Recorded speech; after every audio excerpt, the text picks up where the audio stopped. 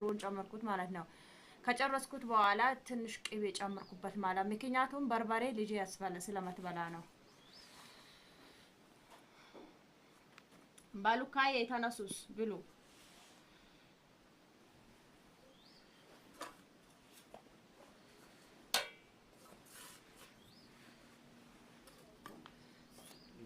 ብላ ተነሳ። ሰላም አለይኩም በላቸው። እንዴት ናችሁ በላቸው። ሰላም ናችሁ ወይ? ስራ እንዴት ነው? ሁሉ ሰላም፣ ሁሉ መልካም ነው? ካልሰሩ እንዴት ነው አሁን? እሺ ሌላ ስራ ታውና አሁን የቪዲዮ ስራ እኮ ቢሰራ ማለት ነው ተመልካች ይመጣል።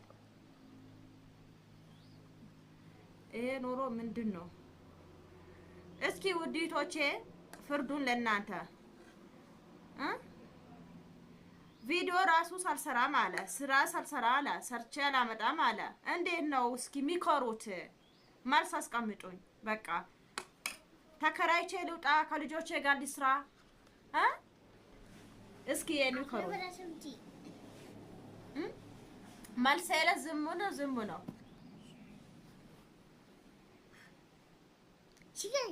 አልብለ በቀኝታሽ ቢ ማፒታይ ቀኝታሽ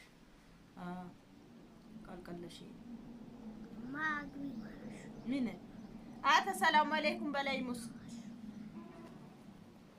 እና ወላ ሽሮ እንደዚህ ነው። በጣም ነው የሚጣፍጠው።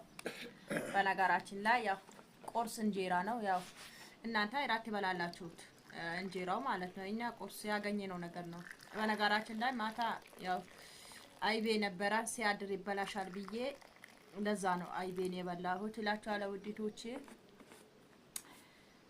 ያው እንግዲህ ይሄ ነው ትናርጋ የሰጣችኝ እናቴ ናት። ለእናቴ ዱአ አድርጉላት፣ ረጅም እድሜ ይስጣት። በሷ በረካ ነው ይሄ ዝልቅልቅ አርጌ መበላው እላችኋለሁ ውዲቶቼ። ያው እኔ ስራ የለኝም እንደምታዩት ሰርቼ አይደለም አመጣው።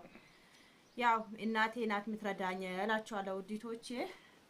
ዱአ አድርጉላት ረጅም እድሜ። የሷን ውለታ እንግዲህ ትልቅ ደረጃ ደርሼ የሚከፍል ሰው እኔ እንጃ። ብቻ የእናትን እንትን ውለታ የሚከፈል የሚያልቅ ነገር አይደለም። ብቻ እኔ እንጃ። ብቻ ወላሂ ልጅ ለባለቤት ሰርታ እንትን ወደ ትዳር እንትን አርጋ እንደገና መልሳ ያው ልጅ እኔንም እንትን ትላለች፣ ልጆቼም እንትን ትይዛለች ማለት ነው።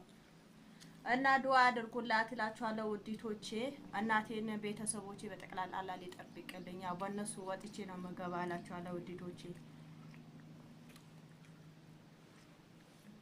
በጠዋቱ ቡና ማታ ተቀራኝ ነው እንትን አልኩት። ማታ ሻይ አፈላሁት ምናልባት ለጡቴ እንትን ሻይ ከገባልኝ ብዬ እላችኋለሁ ውዲቶቼ። እንግዲህ